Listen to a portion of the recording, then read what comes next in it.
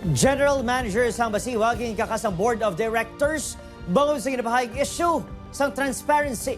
Yaring balita nga itong gintutukan.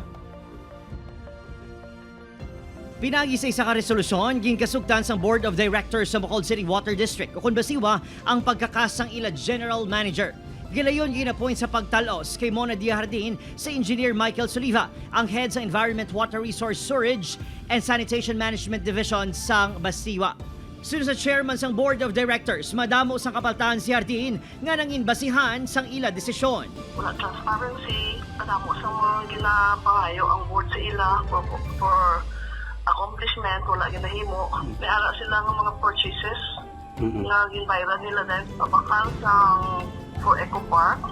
Ang budget is 20 million. Kwaon sa PAC fund, kwarta ina sa mga water consumers. Magluwas diri, napasawan man kuno si Hardin nga maghatag sang update ango sa joint venture agreement sa Prime Water nga nag-umpisa pa sang tuig 2020. May mga financial reports pa kuno nga kulang sang supporting documents. Inakabing naman ni Hardin nga illegal ang tikang sang board members nga pagkakasaiya. I will not keep my silence anymore involving my illegal termination. I am not good, but I am trying to fight and survive. I will be okay. I will be going to the office because as far as I am concerned, I am still the GM of Basiwa. Apang depensa ni Verdiflor, may basihan ang ila desisyon, ilabi na ang kakulangan sang transparency ni Hardin.